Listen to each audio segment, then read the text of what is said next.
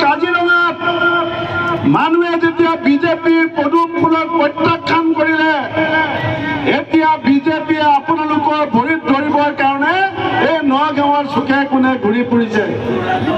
ৰাইজ, এই বিজেপি অসমৰ কেতিয়াও উপকাৰ কৰিব নোৱাৰে। তেওঁলোকে কাৰোবাক দেখি দৰ্জা খুলি দিয়ে আৰু কাৰোবাক দেখি দৰ্জা বন্ধ কৰিব বিচাৰে। মানুহক প্ৰতিটো ক্ষেত্ৰতে আত্মসন্মান লাঘৱ কৰি হিমন্ত বিশ্ব শৰ্মাই কেৱল অপমান কৰিছে আৰু তাৰ বাহিৰে তেওঁ অসমকে খুদিয়া নাই। গতিকে ৰাইজ, এই যে হিংসা, বিদ্বেষ, ঘৃণা, হিন্দু মুছলমানৰ বিষ বাষ্প ছটিয়াই অসমখনক যি ক্ষতি কৰিছে, সেই ক্ষতিৰ অৱসান হোৱাটো আপোনালোকে বিচাৰে নিবিচাৰে? বিচাৰে নিবিচাৰে? তেতিয়াহ'লে মনত ৰাখিব, এইটো নিৰ্বাচনেই হ'ব আপোনালোকৰ একমাত্ৰ উপায়। এই নিৰ্বাচনত আপোনালোকে সিদ্ধান্ত গ্ৰহণ কৰক আৰু মাত্ৰ 3টা দিনৰ পিছত আপোনালোকে ভোট দিব, আপোনালোকৰ পৰিয়ালৰ মানুহে ভোট দিব। আৰু এটা ভাবি চাওক, হিমন্ত বিশ্ব শৰ্মাই সেই ডাঙৰ দুনিয়াখন তৈয়াৰ কৰি পেলাই লাগাতাৰ এই সৰু দুনিয়াখন আপোনালোকলৈ শিলগুটি মাৰিছে, ধমকি দিছে, অপমান কৰিছে আৰু সৰু দুনিয়াখনত কাষ সোমোৱাই দিছে। বদৰুদ্দিন আজমলক আপোনালোকৰ এই সদায় কাম কৰি থাকিব পাৰোঁ, তাৰ কাৰণে সকলোৱে আশীৰ্বাদ কৰিব, সকলোৱে দোৱা কৰিব, যাতে অসম মাতৃৰ কাৰণে যাতে গোটেই জীৱন সেৱা কৰি থাকিব পাৰোঁ আৰু সকলো ৰাইজকে কংগ্ৰেছৰ হাতৰ চিনত ভোট দি বিপুল বিবৰ্ধনত প্ৰত্যুত বৰদলৈ জয়লাভ কৰি দিল্লীলৈ আপোনালোকৰ বন্ধ হিচাপে পঠিয়াওক। সেই মৃত্যু অপৰাজয় যেনে মৃতক নহলো মই কিয়, কত জোৱানৰ মৃত্যু হ'ল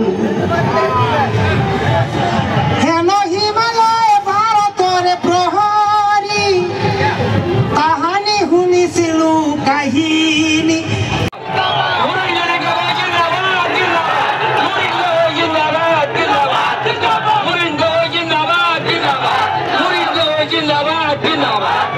ধন্যবাদ। এতিয়া আমি অসম জাতীয় পৰিষদ দলৰ সন্মানীয় কংগ্ৰেছ জিন্দাবাদ, ৰাহুল গান্ধী জিন্দাবাদ, সকলোৰে সুস্বাস্থ্য কামনা কৰি 26 তাৰিখত আপোনালোকৰ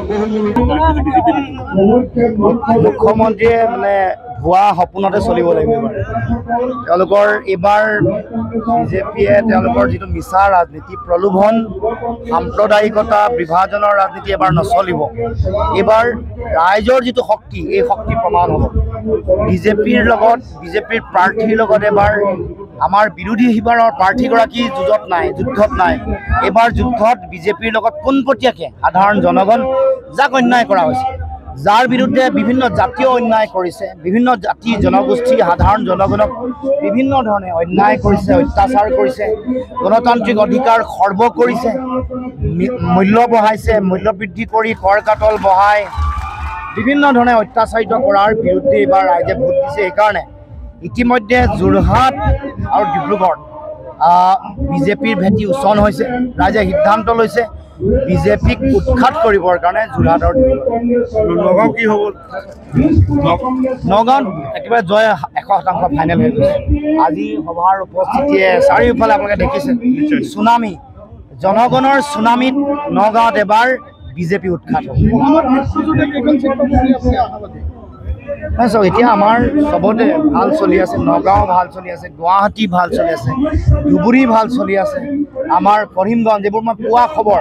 আৰু মই নিজৰ সমষ্টিৰ পৰা ওলাই আহিছোঁ, এতিয়া আৰু খবৰ আহিব, মোৰ এইকেইখনৰ খবৰ আহিছে যে ধুবুৰী ভাল, গুৱাহাটী ভাল, নগাঁও ভাল, কৰিমগঞ্জ ভাল, আৰু য'ত বেয়া আমি জোৰ দিব